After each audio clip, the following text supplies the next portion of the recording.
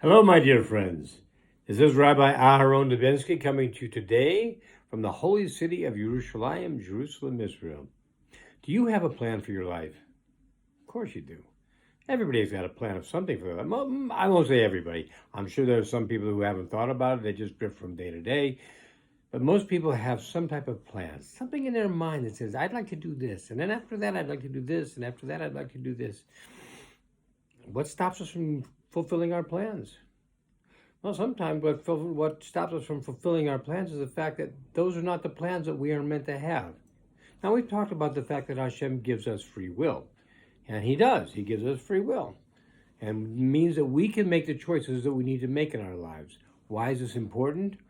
Because when you realize that you are on this planet to be able to make corrections, how can you possibly make corrections if you don't have the will to choose whether to turn right or turn left or go here or go there?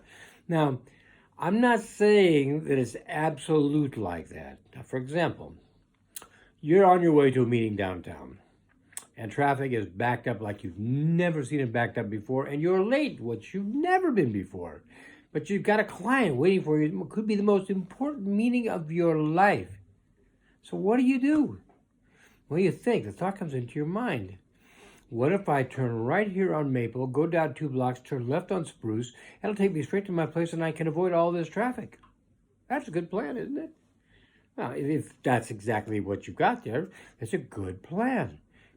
Where did the plan come from? You know the answer to this.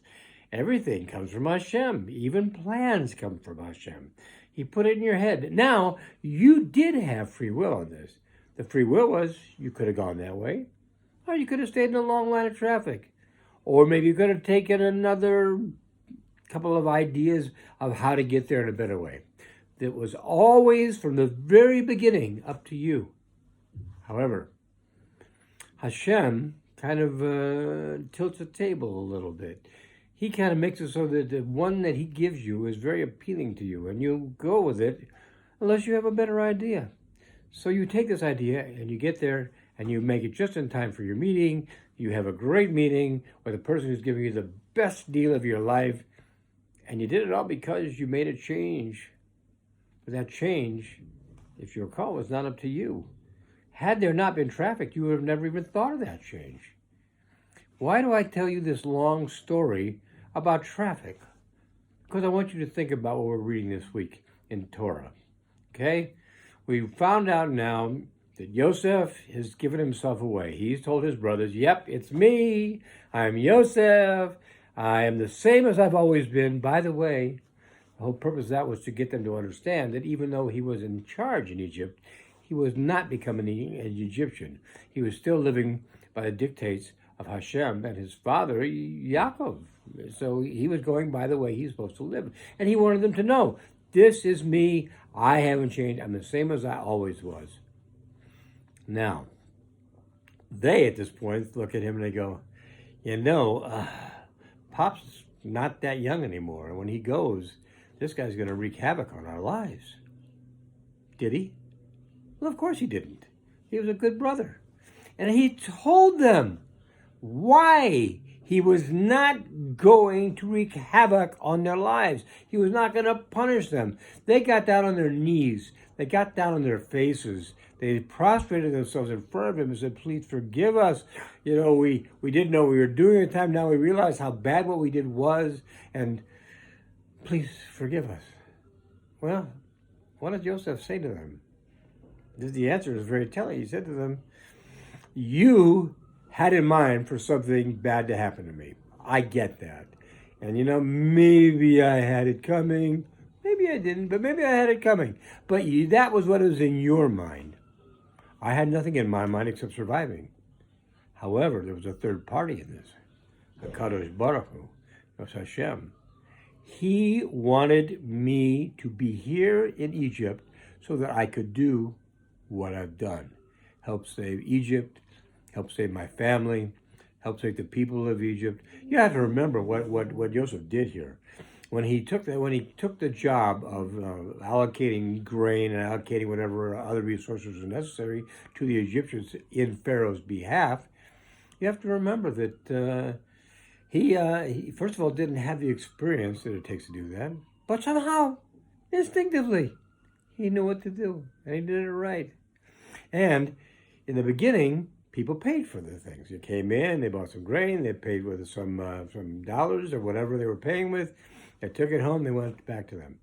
But remember, this drought lasted for how many years? 7. 7 is a big name and big number in Torah, by the way. 7 is a very big number. 7 days of the week, etc., etc., etc. But there was a situation where the people started to run out of money. What are you going to do? After a while, you don't have money. Grain is not being bred. If you know basic economics, you know what's happening. The basic economy is falling apart because it's not producing anything. You cannot have an economy that produces nothing and just gives. So what happens is Joseph sets up a program whereby they can give money. When they run out of money, they can give property. When they run out of property, they can give cattle. When they run out of cattle, they can give themselves in slavery. You see, it gets worse and worse each one you get to. And the only people who were not subject to this were the priests of Egypt, and they were on the outside of this. They didn't have to worry about it. But everybody else did. So at the end of the time of 7 years, Pharaoh, who was already a very rich king and a very rich ruler, now owned all the money, all the property, all the livestock, all the people. He owned everything, absolutely everything. And it was all thanks to to Yosef. Well, not just Yosef. Yosef and HaKadosh Baruch Hu. This is the way it kind of worked out. And this was all put together like this for a reason. And we'll get into that in a few weeks. But for right now, let's just leave it at the fact he now owned everything. So basically, Yosef said, you may have had this idea in mind. And if you did, you'll have to deal with that.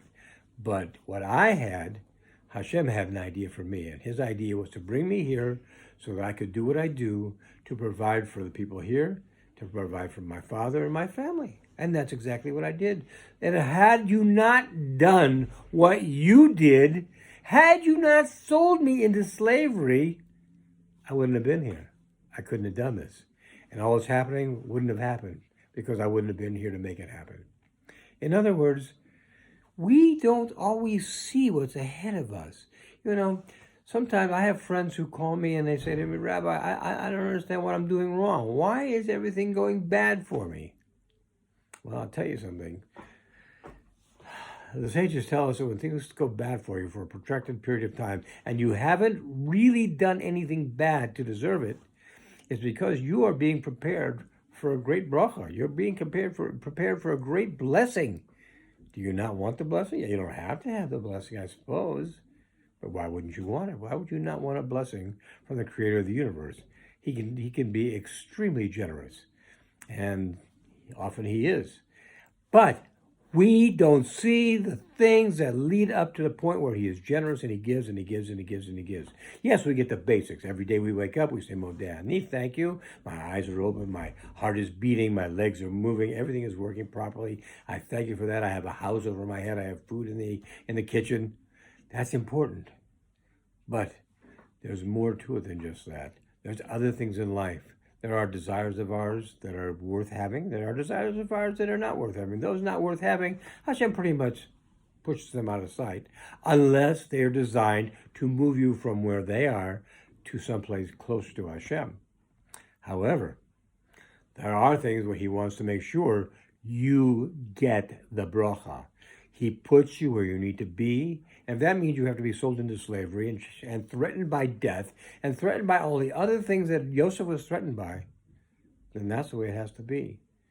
So I want you to think about that. And it's not just Yosef. If you go back and you look at Aharon, Yitzhak, Yaakov, look at David HaMelech. All of these people were fraught with problems. At the end of the day, who won? They did. They won at the end of the day. They got what they needed. Hashem made sure that they were taken care of. And he did it, well, like the song says, I did it my way. And that was Hashem. He did it his way. So that's what we need to remember, that whatever is on our plate now, just because it looks bad at this moment, doesn't necessarily mean it's bad. I told somebody this earlier this week. When a bad situation happens, it's an experience. It's a lesson. It is not a life sentence to be burdened by it. So don't let that happen to you. Remember, everything you do in the way of serving Hashem comes back to you, and back to you, and back to you. So what you want to say is thank you, because you know what happens if you get angry? If you get angry, you're on the other side. You're on the side of the Yetzer Hara. He loves that. You don't want to be on his side. He's not a good friend to have. You want to be on the side of the Yetzer Hara. So what you do is you say, thank you, Hashem. I don't understand this. I really don't understand this. But I know that you have a plan. And whatever your plan is, it's good for me. Having said that, everybody, I want you to have a great Shabbos, a great week ahead. Be well, my friends. God bless. Bye-bye.